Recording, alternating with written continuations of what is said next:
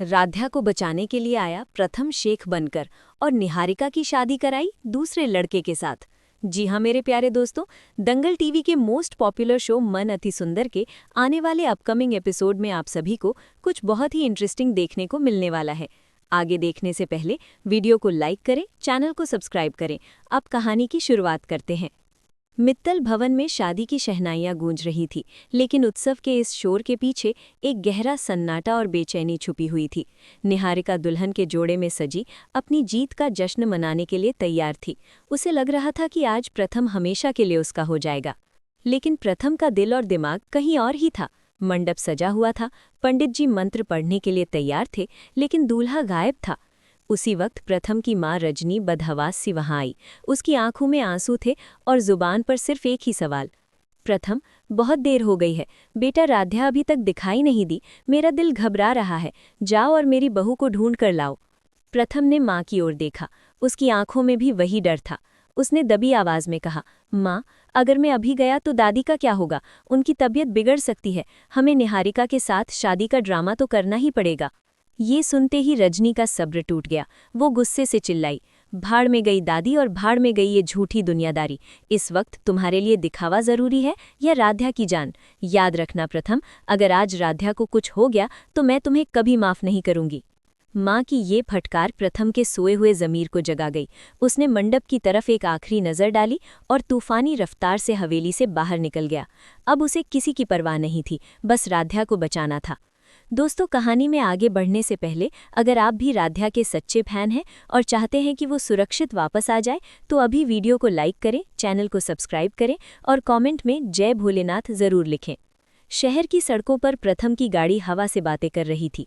उसने अपने सूत्रों को दौड़ाया और जल्द ही उसे वो खबर मिली जिसने उसके पैरों तले जमीन खिसका दी। राध्या को कुछ पेशेवर गुंडों ने किडनैप कर लिया था और उसे शहर के बाहर एक पुराने सुनसान अड्डे पर रखा गया था। प्रथम जानता था कि सीधा हमला करना राध्या की जान को खतरे में डाल सकता है। उसे दिमाग से खेलना होगा। उसने तुरंत अपनी गाड़ी मोड़ी और एक नई योजना के साथ आगे बढ़ा। उधर उस मनहूस अड्डे पर अंधेरे के बीचों बीच एक कुर्सी से राध्या बंधी हुई थी। उसका चेहरा आंसुओं से भीगा हुआ था, होंठ कांप रहे थे, लेकिन उसकी रूह पूरी ताकत से अपने महादेव को पुकार रही थी। चारों तरफ शराब की बदबू और गुंडों की डरावनी हंसी गूंज रही थी।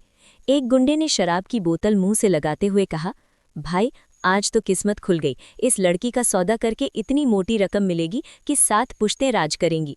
दूसरे ने भद्दी हंसी के साथ कहा, हाँ, खरीदार खुद शेख बनकर आ रहा है, बस कुछ ही देर की बात है। ये सुनकर राध्या सिहर उठी। उसे लगा कि अब सब खत्म होने वाला है। वो मन ही मन प्रार्थना करने लगी, हे भोलेनाथ, अगर मैंने सच्चे मन से आपकी भक्ति की है तो आज मेरी रक्षा कीजिए। तभी बाहर एक महंगी काली गाड़ी के रुकने की आवाज आई। गुंडों में खलबली मच गई। दरवाजा खुला और एक रईस शख्स बाहर निकला। सफेद पठानी सूट, सिर पर अरबी रुमाल, आंखों पर काला चश्मा और चेहरे पर घनी दाढ़ी। ये कोई और नहीं बल्कि भेष बदलकर आया प्रथम था। गुंडों की आंखें चमक उठी। उन्हें लगा उनका शेख आ गया है। प्रथम पूरे रौब के साथ अंदर दाखिल हुआ। जैसे ही राध्या की नज़र उस शख्स पर पड़ी, वो डर से सिकुड़ गई। लेकिन कहते हैं ना, दिल की धड़कनें अपनों को पहचान लेती हैं। जब प्रथम की नज़र राध्या पर पड़ी तो चश्मे के पीछे उसकी आंखों में तड़प साफ दिख रही थी। राध्या ने गौर से देखा। उस अजनबी में उसे कुछ अपनापन महसूस हुआ और फिर उसे एहसास हो गया, ये वही है, उसका प्रथम, उसका रक्षक। राध्या की आंखों में जो डर था वो अब भरोसे में बदल चुका था। उसने राहत की सांस ली। दोस्तों, क्या प्रथम राध्या को इन जालिमों के चंगुल से निकाल पाएगा? अगर आप राध्या को दिल से सपोर्ट करते हैं तो चैनल को फटाफट सब्सक्राइब करें और बेल आइकन दबाना न भूलें। प्रथम ने बिना वक्त बर्बाद किए एक भारी सूटकेस टेबल पर पटका और भारी आवाज में बोला, इसमें 5 करोड़ हैं। जैसे ही सूटकेस खुला, नोटों की गड्डियां देखकर गुंडों की आंखें फटी की फटी रह गईं। लालच ने उनकी बुद्धि भ्रष्ट कर दी थी। वे पागलों की तरह पैसे गिनने लगे। उन्हें खबर ही नहीं थी कि मौत उनके दरवाजे पर दस्तक दे चुकी थी। तभी बाहर से पुलिस सायरन की गूंज सुनाई दी।